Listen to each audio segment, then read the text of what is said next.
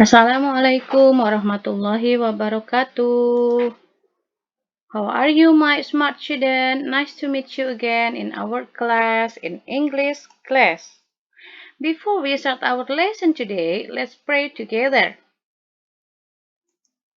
Bismillahirrahmanirrahim. Okay, are you ready with your notebook? Kamu sudah siap dengan buku catatanmu? Jangan lupa siapkan buku catatannya dan catat hal-hal yang penting. Okay, are you ready? Semuanya sudah siap? Okay, now we'll learn in chapter 8. The title is What Are You Doing? Sekarang kita belajar di bab 8 yang judulnya What Are You Doing? We will learn to communicate states and events in progress in order to share information with others. Apa sih yang kita pelajari? Oke. Yang kita pelajari itu bab 8, judulnya apa yang kamu lakukan. What are you doing itu artinya apa yang kamu lakukan. Oke, kita akan belajar tentang cara berkomunikasi yang menyatakan suatu kejadian yang sedang berlangsung dalam rangka berbagi informasi dengan orang lain. Jadi kalau kemarin kita belajar tentang bagaimana cara membuat kalimat sesuatu yang kejadian secara rutin atau suatu hal yang terjadi secara umum. Kalau sekarang di bab 8, kita belajar tentang membuat kalimat sesuatu yang kejadian yang sedang berlangsung. Oke.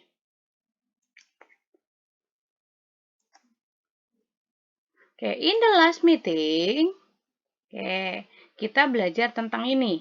Ini pertemuan yang minggu yang lalu. Nah, ada gambar di sini. Saya bacakan dulu ya. Oke, the boys and the girls are busy cleaning up the classroom. Udin is sweeping the floor. Siti is mopping the floor. Lina is cleaning the whiteboard.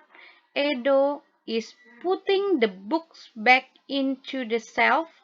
And Dayu is taking the rubbish to the rubbish bin outside. Ini pertemuan kita minggu yang lalu. Oke, apa sih artinya? Nah, ini dia artinya. Anak laki-laki dan anak perempuan sedang sibuk membersihkan ruang kelas. Udin menyapu lantai, Siti mengepel lantai, Lina membersihkan papan tulis, Edo sedang mengembalikan buku-buku ke atas meja, dan Dayu membawa sampah dan membuangnya ke tempat sampah yang ada di luar. Oke. Kalau kalian perhatikan, dari gambar ini semuanya sedang dilakukan. Nah, semuanya merupakan hal yang sedang terjadi atau sedang dilakukan atau sedang berlangsung. Nanti kita akan belajar membuat kalimat yang seperti ini. Bagaimana membuat kalimat yang menyatakan sesuatu hal yang sedang dilakukan atau sedang berlangsung atau sedang terjadi. Oke, sudah siap ya dengan buku catatannya ya? Oke, present continuous tense. Waduh, apalagi nih present continuous tense? Apa ya present continuous tense itu? Pada bab yang lalu kita belajar tentang simple present tense. Pada bab sekarang kita belajar tentang present continuous tense. Apa sih present continuous tense itu? Oke, kita bahas berikutnya. Present continuous tense is the pattern of sentence used to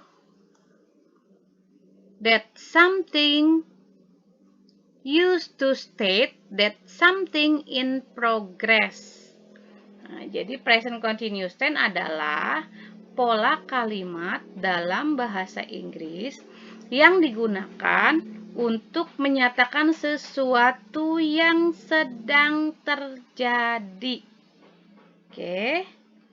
Jadi present continuous tense adalah pola kalimat dalam bahasa Inggris yang digunakan untuk menyatakan sesuatu yang sedang terjadi.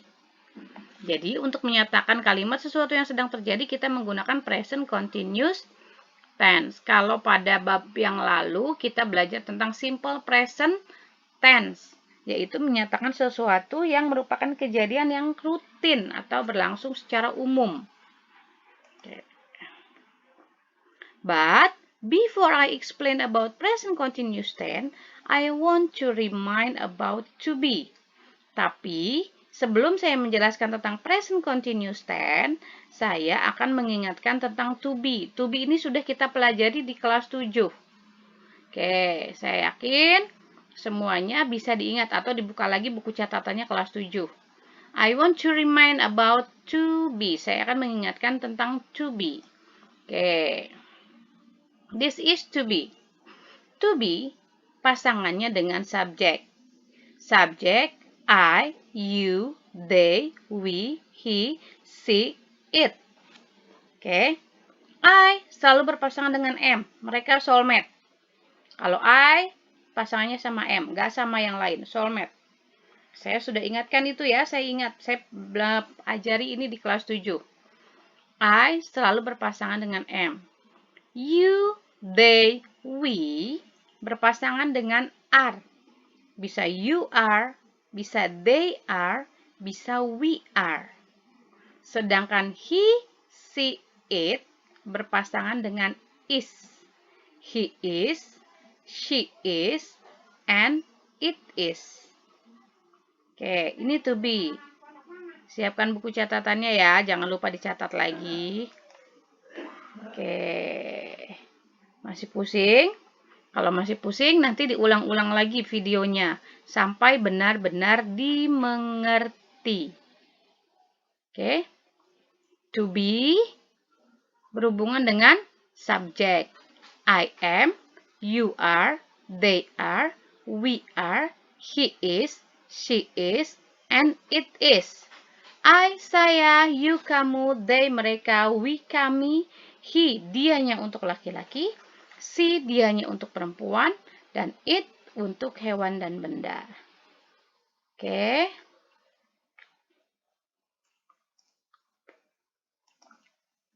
Next, pattern of present continuous tense. Pola kalimat present continuous tense. Oke. Pola kalimat present continuous tense. Pola kalimat dari present continuous. Seperti apa sih pola kalimatnya? Yang pertama, pola kalimat positif. Subjek plus to be plus verb plus ing plus object. Sebelumnya saya sudah mengingatkan ya, apa itu verb? Saya selalu mengulang-ulang pada setiap pembelajaran. Apa itu verb? Verb itu kata kerja. Oke, saya ingatkan lagi. Verb itu kata kerja. Oke, positif pattern. Pola positifnya. Subjek plus to be plus verb plus ing plus object. Oke, plus object. Example sentence. Contoh kalimatnya. He is mopping the floor. Dia, laki-laki, sedang mengepel lantai. Kalau ada kata-kata to be sama ing, pasti kejadiannya sedang berlangsung. Oke, ini pola positifnya. Subject, to be, verb, ing, object. Kenapa to be-nya di sini is? Karena subjeknya he. Kalau subjeknya saya ganti dengan she, tetap di sini is. Kalau subjeknya saya ganti dengan it, maka to be-nya juga is. Kalau subjeknya saya ganti dengan you, maka to be-nya menjadi are. Oke ya. Next. Ini pola negatifnya. Negatif pattern. subject, to be, plus not, plus verb, plus ing, plus object. He is not mopping the floor. Dianya ditujukan kepada laki-laki. Tidak sedang mengepel lantai. Kalau negatif, artinya ditambahin not. Dia hanya ditambah dengan not. Oke, sama saja subjeknya. Tadi sudah dijelaskan di slide sebelumnya. Kalau masih pusing, balik lagi ke slide sebelumnya. Kalian bisa ulang-ulang lagi videonya. Dibuat lagi catatannya. Oke. Next. Interrogative pattern. Apa itu interrogative pattern? Pola kalimat pertanyaan. Nah, lihat, namanya pola kalimat pertanyaan, di akhir kalimat harus selalu ada tanda tanya. Gimana polanya? Pada kalimat pertanyaan, to be-nya disimpan di depan. Jadi, to be dulu yang dipakai. To be, subject, verb, tetap plus ing, plus object, jangan lupa, plus tanda tanya. Karena interrogatif harus selalu ada tanda tanya. Jadi gimana kalimatnya? Is he mopping the floor? Apakah dia laki-laki sedang mengepel lantai? Tanda tanya. Bisa ya? Ini polanya. Perhatikan, ingat sekali lagi, verb itu kata kerja. Mop, mengepel. Mengepel itu kan pekerjaan kan? Mop, mengepel, pekerjaan. Apalagi eat, drink, banyak lagi kata kerja yang lain. Kata kerja itu sesuatu yang dikerjakan. Oke. Next. Kata is not bisa disingkat dengan tulisan isn't. Kita bacanya isn't. Ini is not. Nah, disingkat dengan tulisan isn't. Ini sama saja. Kebanyakan kata is not itu ditulis dengan isn't. Artinya is not. Sama. Oke. Kata are not disingkat dengan aren't. Nah, tulisannya aren't. Are not. Sama saja. Ini biasa lebih mempersingkat tulisan biasanya. Sebetulnya sama saja.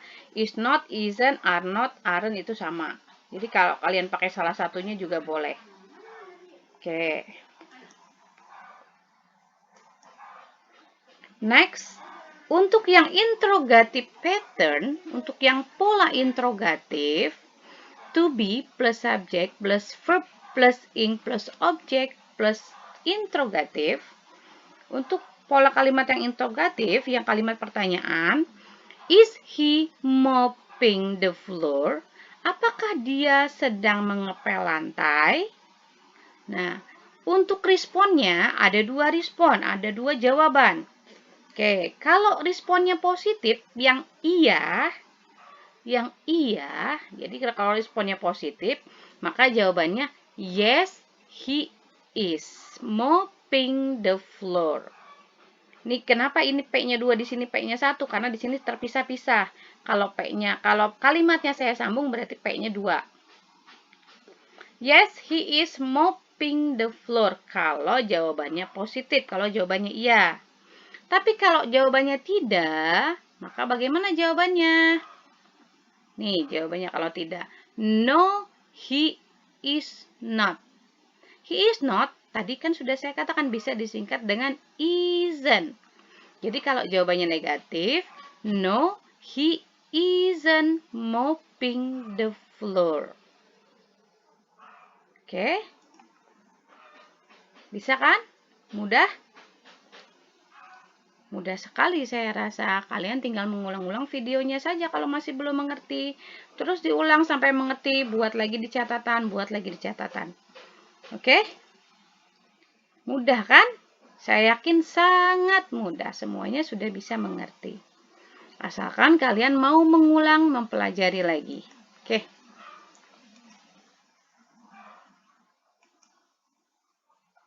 Oke, berikutnya tugasnya supaya lebih mudah lagi. Silakan kita buat latihannya. Tugasnya, silakan kerjakan di link Google Form yang sudah saya sediakan.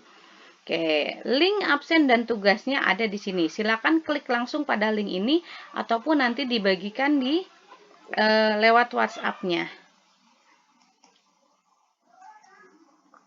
I think enough for today. Thanks for your attention. Don't forget to COVID-19 prevention. Wash your hand, cooking etiquette, wear mask, and avoid human contact. Oke, jangan lupa jaga diri kalian, jaga kesehatan kalian ya, dimanapun kalian berada. Oke, see you next week. Wassalamualaikum warahmatullahi wabarakatuh.